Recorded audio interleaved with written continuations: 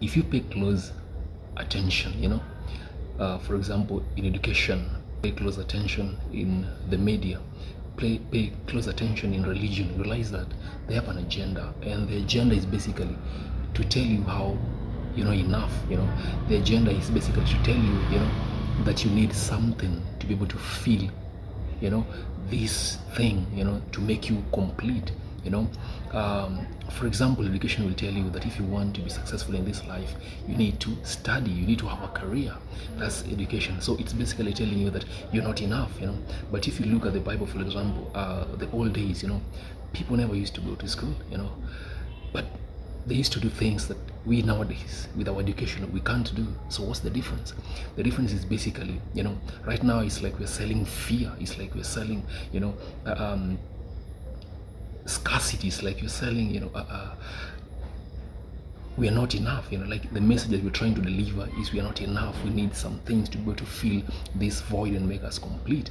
The moment you've taken me to school and you've compared me with somebody, and you've told me that for me to be able to make it to this life, I need these skills, I need these things. You're selling so much of fear, you're selling so much of lack, you're selling so much of inadequacy in my life, that you're breaking me rather than making me a good person. That's the reason why you find most of the highly depressed, most of the highly confused or emotionally damaged individuals, they're people who have studied a lot. These are people who have gotten the physical things, that we have been prescribed to, have, but the real thing is, you don't really need, or you don't need all these things that they're trying to tell us. You don't need the education. I'm not saying the education is not enough, or it's not good for you, but I'm saying is you don't need it. The only thing that you need is wisdom. You need to understand, the reason as to why you're here. You need to understand. You need to interpret. Why are you awake? You need to interpret how is it possible for you to breathe. That's the reason why I think education is important.